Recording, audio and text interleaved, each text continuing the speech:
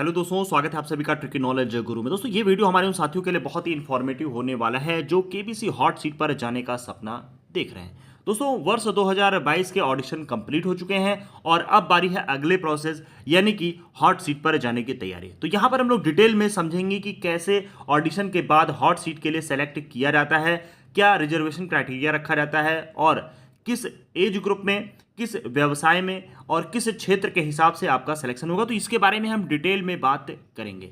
लेकिन उससे पहले दोस्तों यहाँ पर हम देखेंगे कि जो सिलेक्शन का क्राइटेरिया है यानी कि हॉट सीट पर जाने के और भी क्या रास्ते हैं। तो यहाँ पर ये दोस्तों वीडियो बहुत ही इंफॉर्मेटिव होने वाला है। चैनल को कर लीजिएगा फटाफट सब्सक्राइब। करते हैं वीडियो को स्टार्ट। दोस्तों सबसे पहले आपको लेना होता है रजिस्ट्रेशन प्रोसेस में हिस्सा, यानी कि जब केबीसी के रजिस्ट्रेशन स्टार्ट होते हैं तो आपको डेली एक प्रश्न का जवाब देना होता है और उसके बाद दोस्तों रैंडमली होता है सिलेक्शन। यहाँ पर पहला जो प्रोसेस है दोस्तों वो रैंडमली ही सिलेक्ट किया जाता है और उसका भी एक जो रिजर्वेशन क्राइटेरिया बनाया गया है उसको आप टर्म्स एंड कंडीशन में जाके देख सकते हैं और इसके ऊपर मैंने डिटेल वीडियो भी बनाया था और आपको समझाया था दोस्तों कि कैसे केबीसी आपका पहले प्रोसेस में यानी कि रजिस्ट्रेशन का जो प्रोसेस है उसमें कैसे सिलेक्शन करता है। दोस्तों उसके बाद आपको आती है आईवीआर कॉल जिसमें आपसे पूछे जाते हैं 3 प्रश्न। अब यहाँ पर जब 3 प्रश्न पूछे गए तो कुछ साथियों ने तीनों प्रश्नों का सही जवाब दिया, किसी ने 2 प्रश्न का सही जवाब दिया और कुछ साथियों ने सिर्फ एक ही प्रश्न का सही जवाब दिया।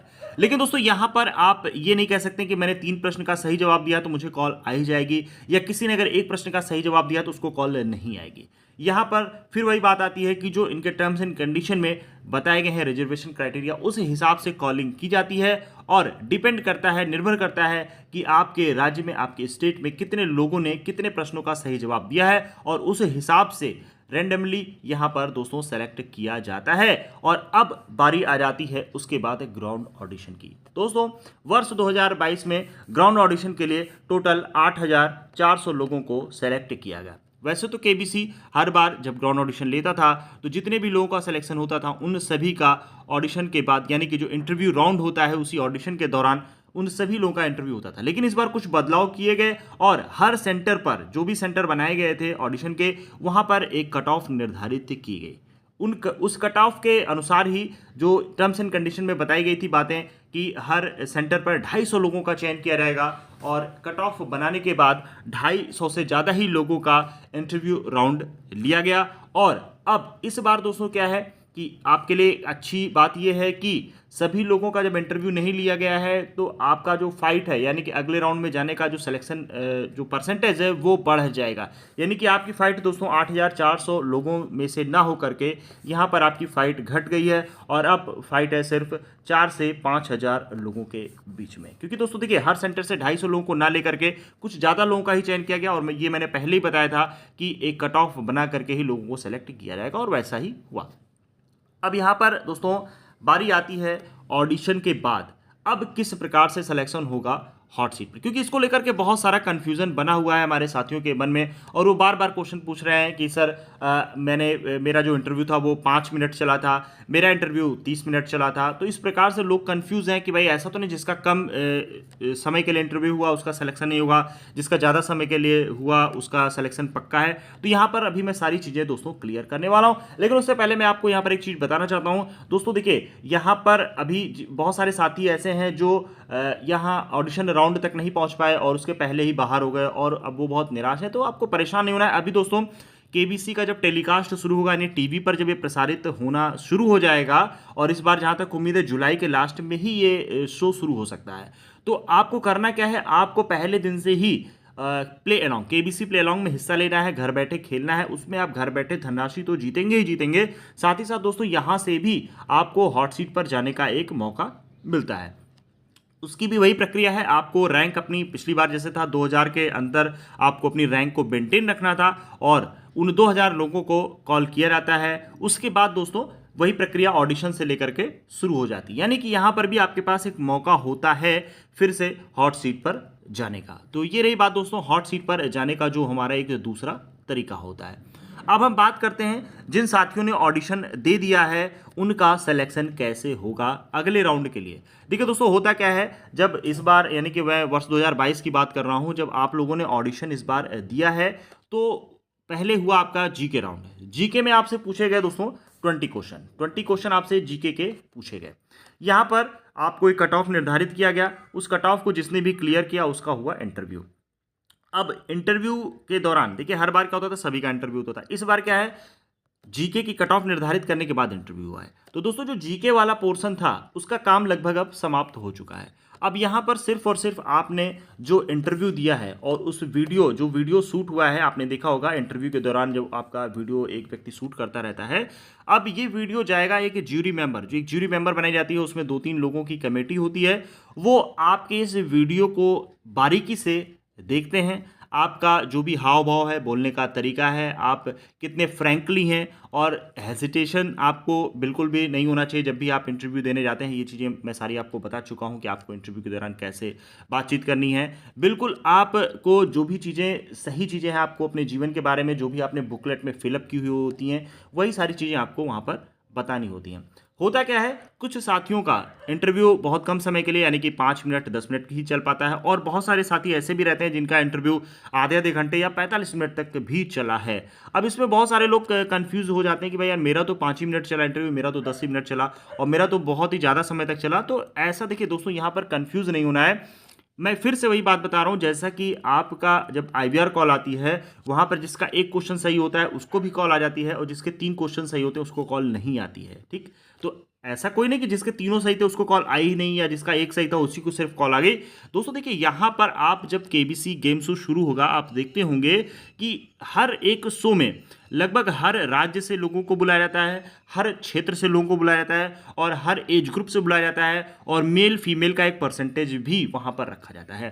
दोस्तों उदाहरण के तौर पर मैं मान लेता हूं कि आप उत्तर प्रदेश से बिलोंग करते हैं, और आपका जो व्यवसाय है, आपका जो क्षेत्र है वो है शिक्षा के क्षेत्र से टोटल 20 लोग ऑडिशन के लिए सेलेक्ट हुए उत्तर प्रदेश से। अब इन 20 लोगों को डिवाइड करना है एज ग्रुप में। पहला एज ग्रुप मैं मान लेता हूँ 18 से 25 वर्ष का, ठीक है। दूसरा एज ग्रुप मैं बना देता हूँ 25 से 35 वर्ष का। तीसरा एज ग्रुप मैं बना देता हूँ 35 से 55 एज ग्रुप का। और चौथा एज ग्रुप मैं बना देता हूँ 55 से जो एबव हैं, ठीक है। ये दोस्तों मैंने 4 एज ग्रुप बना दिए हैं, ठीक। अब इन चारों एज ग्रुप में पहला जो एज ग्रुप है, यहाँ पर मैं मान लेता हूँ यहाँ से सेलेक्ट हुए हैं 5 लोग, ठीक है। दूसरा एज ग्रुप है, यहाँ से 7 लोग सेलेक्ट हुए। तीसरा एज ग्रुप है, यहाँ से 5 लोग सेलेक्ट हुए, और जो चौथा एज ग्रुप है यहाँ से 3 लोग सेलेक्ट हुए, ठीक है दोस्तों। टोटल 20 लोग हो गए। अब मैं मानता हूँ कि आप मान लीजिए 25 से 35 वाले एज ग्रुप में बिलोंग करते हैं, ठीक है। अब दोस्तों यहाँ पर भाई राजस्थान राज्य से इनको हर एज ग्रुप में सिर्फ एक लोगों का ही चयन करना है, ठीक है। देखिए दोस्तों, बाद में फिल्ट्रेशन बहुत ही ज़्यादा होता है, क्योंकि यहाँ पर ओवरऑल जितने लोगों का सिलेक्शन होगा, मैं बता रहा हूँ 200 मैक्सिमम, मैं बता रहा हूँ ज़्यादा से ज़्यादा 200 या 220 या 250, ठीक है, फाइनल यानी ऑडिशन हॉट सीट के लिए। तो यहाँ पर हर एज ग्रुप से इन्होंने एक लोगों को सेलेक्ट करना है, ठीक। तो आपकी फ़ाइट देखा जाए दोस्तों, तो यहाँ पर अगर आप इस एज ग्रुप में बिलोंग करते हैं तो 7 लोगों से आपकी फ़ाइट हो गई, और इन 7 लोगों में से एक व्यक्ति ही चुना जाएगा, ठीक है। 7 लोगों में से सिर्फ एक व्यक्ति चुना जाएगा। तो दोस्तों यहाँ पर आप देख सकते हो कि 7 लोगों में जाहिर सी बात है 5 लोगों का इंटरव्यू अगर बहुत अच्छा गया है तो उसके बाद भी इन 5 में से 4 लोग रिजेक्ट हो जाएंगे और सिर्फ एक व्यक्ति बाहर निकल के आएगा।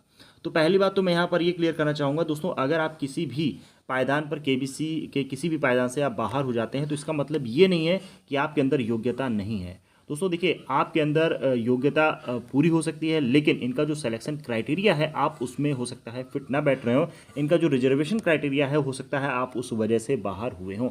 तो आपको इस बात को बिल्कुल भी दिमाग में नहीं लाना है कि अगर आपका सिलेक्शन नहीं होता है KBC के हॉट सीट के किसी भी प्रोसेस में तो आप योग्य नहीं हैं। इनका जो रिजर्वेशन क्राइटेरिया है दोस्तों, आपको उसमें भी फिट बैठना होता है। तो यहाँ पर मैंने उदाहरण दिया, 20 लोगों में से जो आपका एज ग्रुप था 25 से 35, यहाँ से एक व्यक्ति निकल के आया। हर एज ग्रुप से एक व्यक्ति मान लो निकल के आ गया, ठीक है। मैंने 4 एज ग्रुप बनाए थे, चारों एज ग्रुप से एक व्यक्ति का इन्होंने सिलेक्शन किया, लेकिन इनको लगा लास्ट मोमेंट पे कि नहीं, राजस्थान से इस क्षेत्र में यानी शिक्षा के क्षेत्र से ज़्यादा लोगों का सिलेक्शन हो गया है। तो दोस्तों उसके बाद भी हो सकता है किसी एक एज ग्रुप से एलिमिनेशन हो जाए, यानी कि चारों में से किसी एज ग्रुप से कोई व्यक्ति लिया ही ना जाए।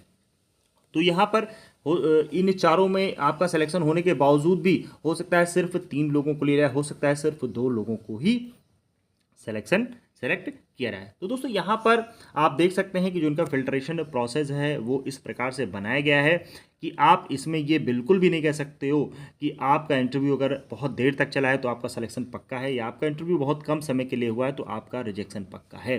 देखिए बहुत सारे जो एरियाज़ हैं वह, जैसे मान लीजिए यूपी है, बिहार है, यहाँ पर पॉपुलेशन बहुत ज़्यादा है और यहाँ के लोग रजिस्ट्रेशन प्रोसेस में भी ज़्यादा संख्या में भाग लेते हैं। महाराष्ट्र है, ठीक है, ये सारे रीजन से बहुत ही ज़्यादा लोग ये केबीसी रजिस्ट्रेशन प्रोसेस में पार्टिसिपेट करते हैं। इसीलिए आप देखते होंगे जब ये शो टेलीकास्ट होता है तो इन क्षेत्रों से ज़्यादा लोगों का सिलेक्शन हो जाता है। लेकिन बहुत सारे एरिया ऐसे हैं, जैसे मान लीजिए अंडमान निकोबार है, लक्षद्वीप है, तो ये सब एरिया है दोस्तों, यहाँ से सिलेक्शन का जो क्राइटेरिया है वो कम भी होता है और यहाँ पर रजिस्ट्रेशन प्रोसेस में हिस्सा भी बहुत से कम लोग लेते हैं। तो बहुत सारे ऐसे रीजन हैं जहाँ के कैंडिडेट आए होंगे इंटरव्यू देने और उनका इंटरव्यू हो सकता है बहुत अच्छा ना गया हो, लेकिन उसके बाद भी दोस्तों उनका सिलेक्शन हो जाता है।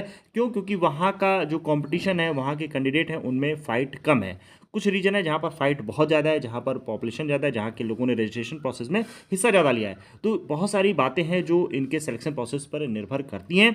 और ओवरऑल जो सबसे बड़ा फैक्टर है टीआरपी, कि आपका जो इंटरव्यू हुआ है वो उनके टीआरपी में फिट बैठता है या नहीं। तो दोस्तों उम्मीद करता हूँ कि इन सारी बातों से आपको बहुत सारे डाउट क्लियर हुए होंगे और आगे जो भी प्रक्रिया है उसके बारे में आपका सारा कन्फ्यूज़न दूर हुआ होगा। वीडियो पसंद आया हो तो शेयर जरूर करिएगा, लाइक बटन को प्रेस करिएगा। मिलते हैं अगले वीडियो में, तब तक के लिए धन्यवाद। जय हिंद, जय भारत।